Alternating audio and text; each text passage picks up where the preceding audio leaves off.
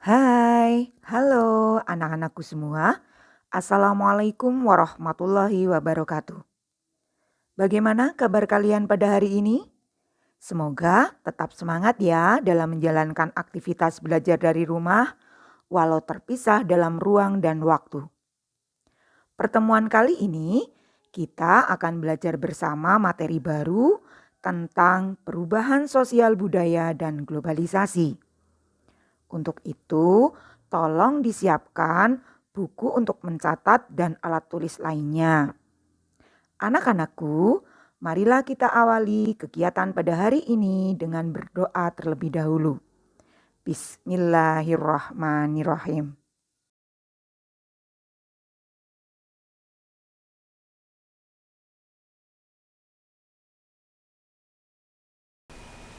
Materi perubahan sosial budaya dan globalisasi ada dalam kompetensi dasar menganalisis perubahan kehidupan sosial dan budaya bangsa Indonesia dalam menghadapi arus globalisasi untuk memperkokoh kehidupan kebangsaan. Setelah belajar materi ini, kalian diharapkan yang pertama dapat mengetahui pengertian perubahan sosial budaya. Yang kedua, menjelaskan bentuk-bentuk perubahan sosial budaya. Yang ketiga, memahami aspek globalisasi di berbagai bidang kehidupan. Yang keempat, menganalisis dampak globalisasi dalam kehidupan bangsa Indonesia. Dan yang kelima, dapat mendeskripsikan upaya menghadapi globalisasi.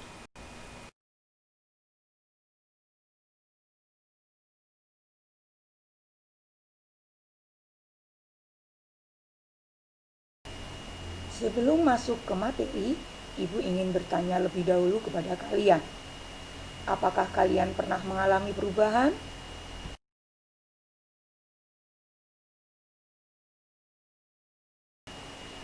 Sebagai makhluk sosial, manusia akan terus mengalami perubahan sosial seiring perkembangan zaman. Termasuk kalian semua.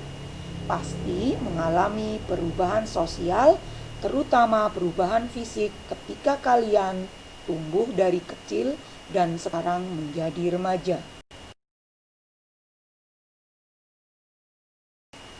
Sekarang, perhatikan gambar berikut ini ya. Coba kalian bandingkan. Apakah perubahan sosial yang terjadi dari sepeda menjadi mobil, mesin ketik manual menjadi laptop, merupakan dampak dari adanya globalisasi?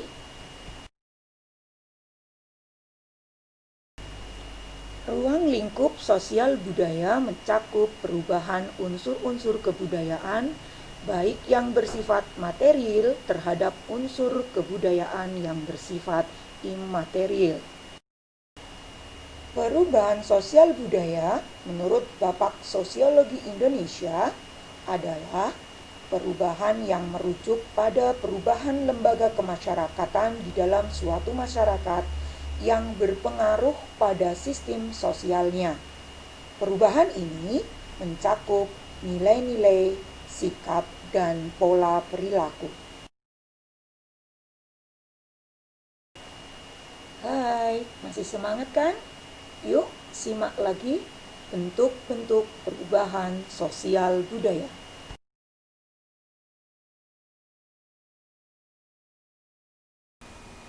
Perubahan sosial yang terjadi secara cepat disebut revolusi. Revolusi adalah perubahan yang berlangsung dalam waktu yang cepat dan hal-hal mendasar dalam masyarakat itu sendiri ikut mengalami perubahan. Pelopor revolusi industri adalah revolusi Inggris, karena revolusi Inggris adalah revolusi pertama yang kemudian menyebar ke seluruh Eropa Barat, Amerika, dan Jepang. Revolusi industri membawa akibat dalam berbagai bidang kehidupan masyarakat, baik di dalam negaranya maupun negara lain. Contohnya, revolusi industri mengakibatkan berkembangnya perdagangan, industri, lancarnya transportasi yang semakin maju. Namun, Revolusi industri juga memicu berkembangnya urbanisasi serta terjadinya kesenjangan sosial.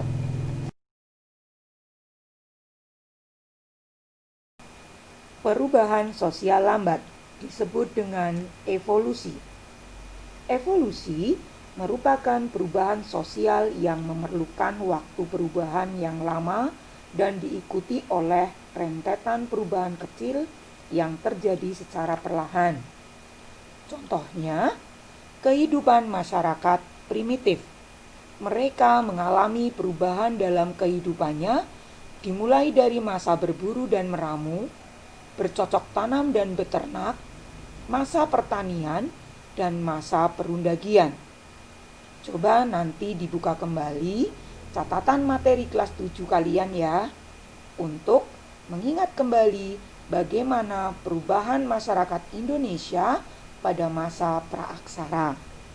Nah, revolusi dan evolusi adalah perubahan sosial budaya berdasarkan waktunya.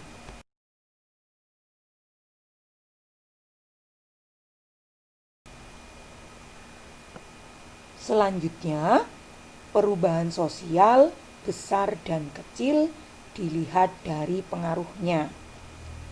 Perubahan yang pengaruhnya besar adalah perubahan yang membawa perubahan dalam sendi-sendi kehidupan dalam suatu masyarakat.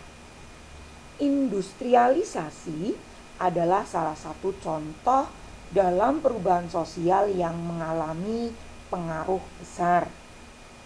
Industrialisasi merupakan proses perubahan sosial ekonomi yang mengubah sistem mata pencaharian masyarakat dari agraris menjadi masyarakat industri. Banyak lahan-lahan pertanian yang sekarang beralih fungsi sebagai tempat untuk membangun industri, baik itu di desa maupun di kota.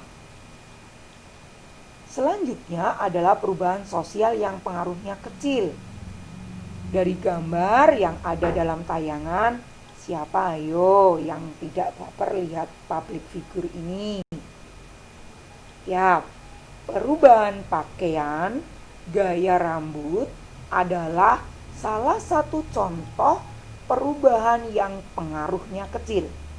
Hal ini karena perubahan yang pengaruhnya kecil hanya diikuti oleh sebagian orang saja dan dampaknya tidak berarti bagi sebagian besar masyarakat.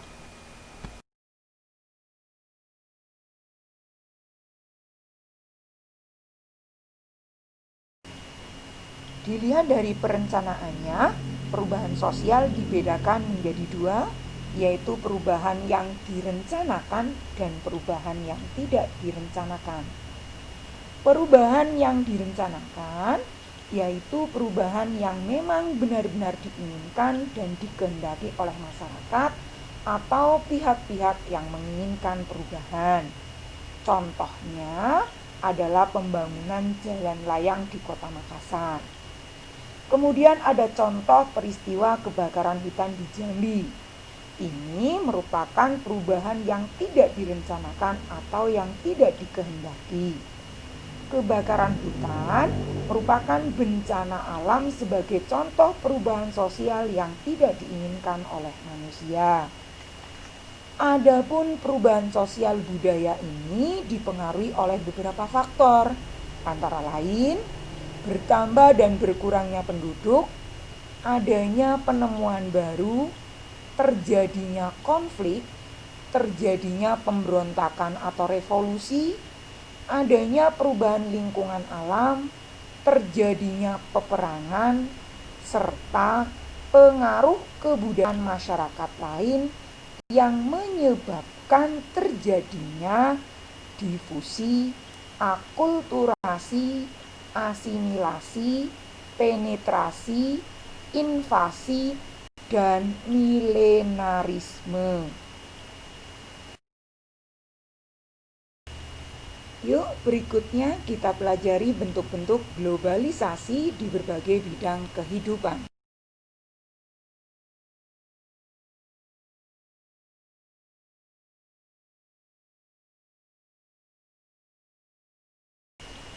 Bidang yang pertama adalah bidang ekonomi. Globalisasi ekonomi erat kaitannya dengan perdagangan bebas.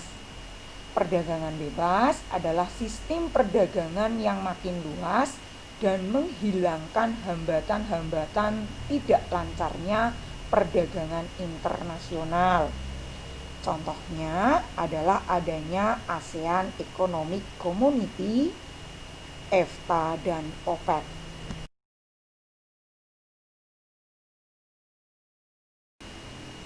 Bidang yang kedua adalah bidang komunikasi. Bidang ini dapat dilihat dari kemajuan teknologi komunikasi. Pada awalnya, masyarakat berkomunikasi dengan cara tradisional, yaitu bermula dari bahasa-bahasa isyarat dengan simbol-simbol yang kemudian berkembang menjadi tulisan. Bahkan sekarang berkomunikasi sungguh sangat mudah, yaitu dengan semakin canggihnya alat komunikasi seperti ditemukannya handphone atau gawe, kemudian internet, serta berbagai macam media sosial yang mengakibatkan informasi akan cepat tersebar dan bisa diakses secara luas kapan dan dimanapun kita berada. Contohnya seperti sekarang ini, kalian bisa melakukan belajar dari rumah dalam ruang dan waktu yang berbeda terkait pencegahan penyebaran COVID-19. Kalian tetap bisa mengakses pembelajaran online melalui berbagai media sosial, salah satunya channel YouTube ini, tanpa harus bertemu langsung dengan saya.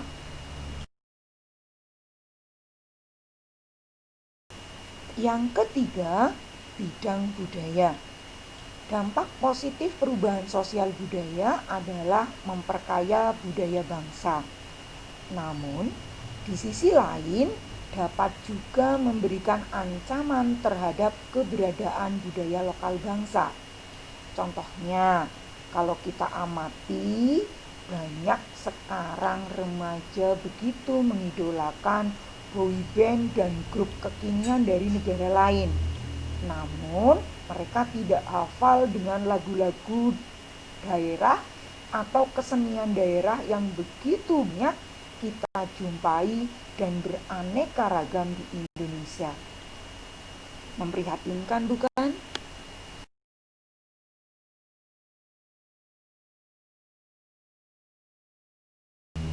Oke, berikutnya bidang yang keempat yaitu bidang iptek, ilmu pengetahuan dan teknologi. Pesatnya perkembangan iptek mendorong semakin cepatnya globalisasi. Iptek merupakan kekuatan utama dalam meningkatkan kesejahteraan yang berkelanjutan dan peradaban suatu bangsa. Sekarang kita dipermudah dengan adanya teknologi yang berhubungan dengan internet sebagai perkembangan iptek dengan memanfaatkan berbagai macam media sosial untuk mengakses informasi-informasi yang kita butuhkan.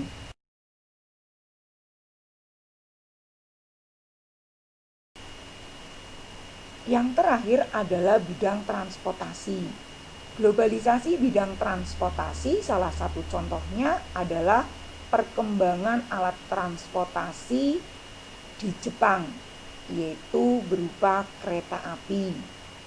Kereta api di Jepang memiliki perkembangan yang sangat cepat, di mana kereta api di Jepang sebagai moda utama transportasi warga Jepang untuk melakukan perjalanan antar kota memiliki kecepatan melaju yang sangat cepat, yaitu hingga 300 km per jam.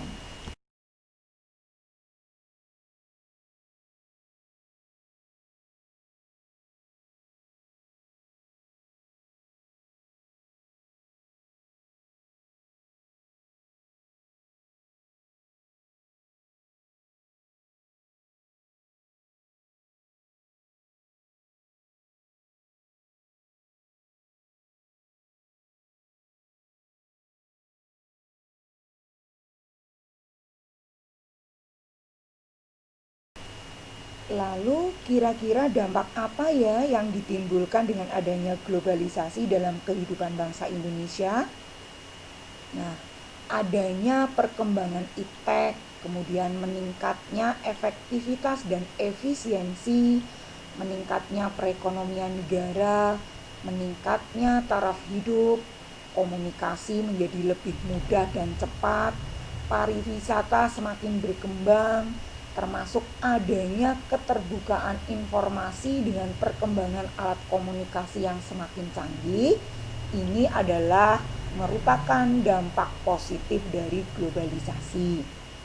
Kemudian adanya westernisasi, demoralisasi, kesenjangan sosial dan ekonomi, kemudian kriminalitas, adanya pencemaran lingkungan, timbulnya kenakalan remaja, serta tingginya individualisme adalah dampak dari globalisasi negatif.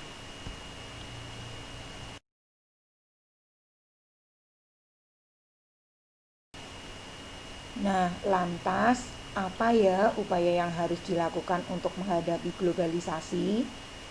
Nah, kita harus bisa memiliki sikap yang tepat dalam menghadapi globalisasi yang terjadi dalam setiap bidang kehidupan. Contohnya antara lain, misalnya dalam bidang budaya. Kalian sebagai generasi muda penerus bangsa, pandai-pandailah memilih dan memilah atau beradaptasi dengan budaya asing yang masuk di Indonesia untuk disaring terlebih dahulu mana yang layak ditiru, mana yang tidak layak untuk diterapkan dalam kehidupan kita. Kemudian contoh bidang iptek, selalu berorientasi pada masa depan.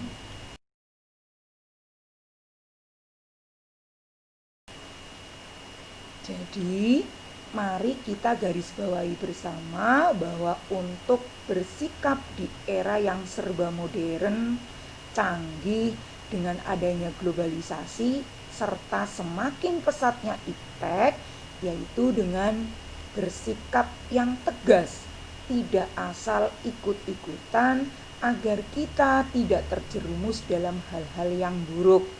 Namun, kita harus bisa memanfaatkan perkembangan iptek secara optimal dan sebaik-baiknya agar kita menjadi warga negara yang senantiasa dapat memperkokoh kehidupan bangsa.